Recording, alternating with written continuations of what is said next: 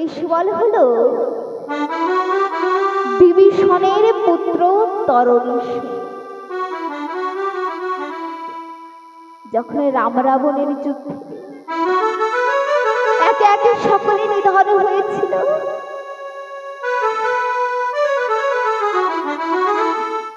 সেদিন ভীষণ বড় চিন্তায় পড়ে গেছিল। সে মনে মনে চিন্তা করছে,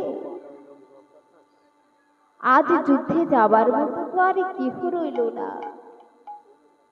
রাবণ বসে বসে চিন্তা করছে, আজ তো যুদ্ধে যাওয়ার মতো আর কেউ রইল না, কাকে আমি ওই রামচন্দ্রের সঙ্গে যুদ্ধ করতে পাঠাবো। এমন ভাবে যখন সে সিংহাসনে বসে বসে চিন্তা করছে,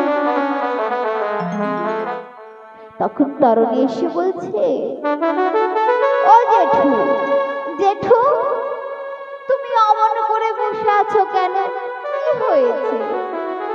বলছে, বাবা তরণী তুমি এসেছো বাবা? হ্যাঁ জেঠু আমি তো এসেছি, কিন্তু তুমি অমন করে বসে বসে কি চিন্তা করছো? ওরে বাবা তরণী, আজ আমি বড় চিন্তিত। কারণ জানিস, ওই রামচন্দ্রের সঙ্গে যুদ্ধ করে আমার এই বংশের সকলে একে একে নিধন হয়ে গেছে। আজ আর যুদ্ধে যাওয়ার মতো কেউ নাই। তাই তো আমি ভাবছি বাবা, আজ আমি নিজেই এই রামচন্দ্রের সঙ্গে যুদ্ধ করতে চলে যাব। তখন তরণী বলছে, ওদের আমি একটা কথা বলি, তুমি যেও না, আমি যাব আজ ওই রামচন্দ্রের সঙ্গে যুদ্ধ করতে। তুমি যাবে? তুমি তো শিশু বালক। না না, এ হয় না, আমি তোমাকে পারবো না ওই রামচন্দ্রের সঙ্গে যুদ্ধ করতে যেতে। না না বাবা, আমি পারবো না। তখন তরণী বলছে, ও জেঠু তুমি চিন্তা করো না, তুমি দেখবে ঠিক আমি রামচন্দ্রের সঙ্গে যুদ্ধ করে জয়ী হয়ে ফিরব। তুমি সত্যি বলছো তরণী? তুমি সত্যি পারবে? হ্যাঁ জেঠু তুমি কোনো চিন্তা করো না, দেখবে আমি যুদ্ধ করে ঠিক জয়ী হয়ে ফিরব। এই কথা যখনই মা বলেছে, তখন রাবণ বলছে, যাও বাবা তরণী, তুমি যাও, তোমার পায়ের কাছ থেকে তুমি বিদায় নিস। এই কথা যখনই মা বলেছে, তরণী আমার ছুটে ছুটে মায়ের কাছে গিয়ে বলছে, ও মা, মা জানো জানো, আজ আমি না ওই রামচন্দ্রের সঙ্গে যুদ্ধ করতে যাব। শর্মা অর্থাৎ তরণীর মা যখন এই কথা করণের শ্রবণ করেছে, চমকে উঠে বলছে, না না বাবা, না না, সে তো ভগবান, কেমন করে তোমার কাছে আমি এই রামচন্দ্রের যুদ্ধে পাঠাবো বলো বাবা? না না বাবা, আমি পারবো না। ওই ভগবানের সঙ্গে কেউ যদি একবারে যুদ্ধ করতে যায় বাবা, সে আর কোনোদিনও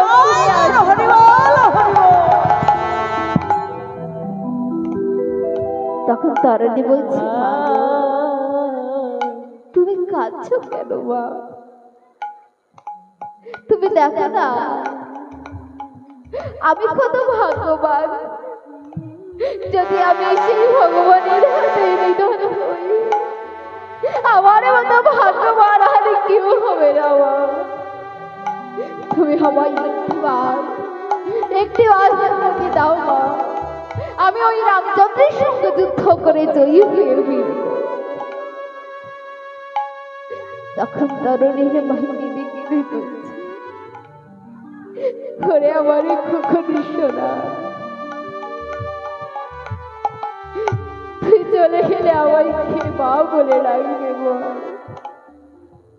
তুই ছাড়া তো এই ধরাতে হবে আমার বলতে আর কেউ নাই বাবা। আমায় মা বলিয়া কে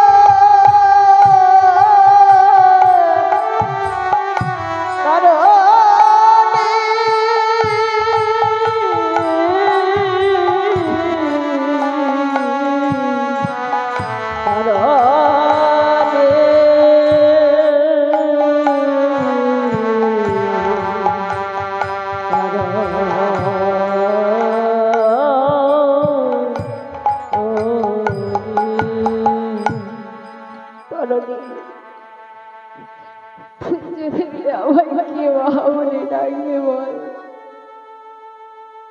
বল না বাবা, কে আমায় মা বলে ডাকবে? তখন তরুণী সরমাকে বলছে, হঠাৎ তরুণীর মাকে বলছে, মা গো তুমি কোনো চিন্তা করো না, তুমি আজ আমায় যুদ্ধের সাথে সাজিয়ে দাও, দেখবে আমি ঠিক ওই রামচন্দ্রের সঙ্গে যুদ্ধ করে জয়ী হয়ে ফিরব। এই বলে তরুণীর মা আমার তরুণীর সর্বঙ্গে রাম নাম লিখে দিয়েছে।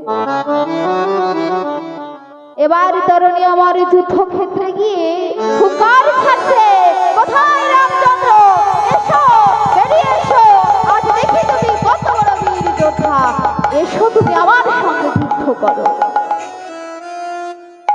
রামচন্দ্র দূর হতে দেখে একটি শিশু বালক, তার সর্বঙ্গে মা রাম রাম লেখা। তখন রামচন্দ্রের পিতা বিভীষণকে ডেকে বলছে, মিতা কে এই শিশু বালক, এর সর্বঙ্গে যে রাম নাম লেখা? তখন বিভীষণ আমার বুকের কথা চেপে রেখে বলছে, হয়তো হবে ওই রাক্ষস বংশের কেউ। বলছে, পিতা আমি বালকের সঙ্গে যুদ্ধ করতে পারবো না। বলছে, না না পিতা, ও তো ওই রাক্ষস বংশের, তুমি যাও, তুমি যুদ্ধ করো এই বালকের সঙ্গে। এবার রামচন্দ্র এবং তরুণী যুদ্ধ করছে। রামচন্দ্র একটি বাণ নিক্ষেপ করেছে, ফুল হয়ে তরুণীর গলায় এসে পড়েছে। এবার তরুণী যখন একটি বাণ নিক্ষেপ করেছে, ফুল হয়ে রামচন্দ্রের চরণে এসে পড়েছে।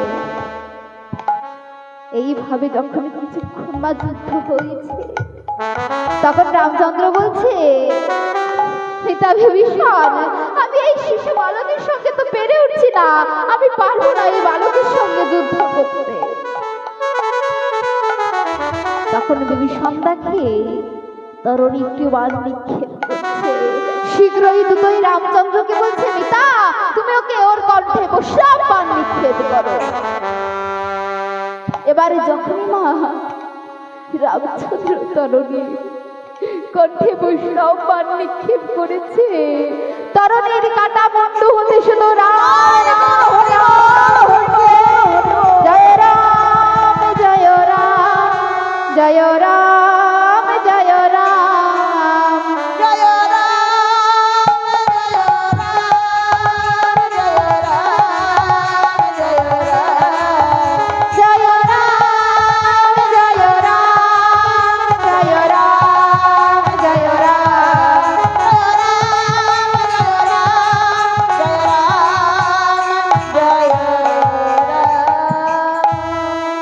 এবারে যখনই তরুণীর কাটা মুন্ডু রাম নাম তখন রামচন্দ্র বলছে, পিতা কে এই শিশু বালক, এর কাটা মুন্ডু হতে তো রাম নাম বেরিয়েছে। জয় জয় রাম নিতাই গৌর হরি বল হরি বল, জয় জয় রাম জয় জয় রাম জয় জয় রাম জয় জয় রাম জয় জয় রাম জয় জয় রাম জয় রাম জয় জয় রাম জয় রাম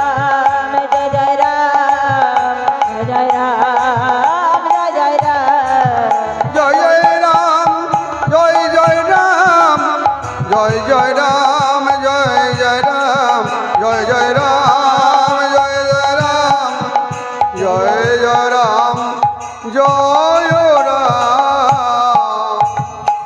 তখন বিভীষণ বলছে, প্রভু ও আরে কি ও যে আমার একমাত্র বুকের বাড়ির তরুণী। রামচন্দ্র বলছে, পিতা তুমি আমার এমন ভক্ত যে নিজের সন্তানকে তুমি আমার মায়ের দাঁড়ি করলে। তখন বিভীষণ খেতে খেতে বলছি, দয়ামা তুমি আবার আমার সন্তানকে তুমি তোমার চরণে দান করলাম প্রভু। কৃপা করে তুমি তোমার ওই চরণে ওকে ঠাঁই দিও। তখন রামচন্দ্র বলছে, ওকে চরণ ছাড়া করো না গো, চরণ ছাড়া করলা গো, ওই চরণে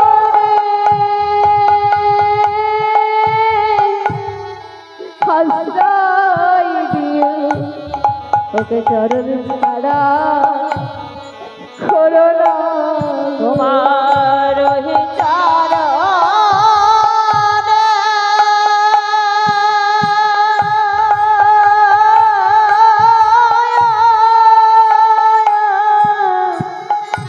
আশ্রয় দেব, চরণ ছাড়া করো না গো।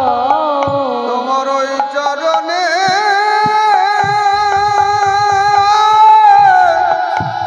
আশ্রয় দিও, যেন চরণ ছাড়া করো না গো। ওই চরণে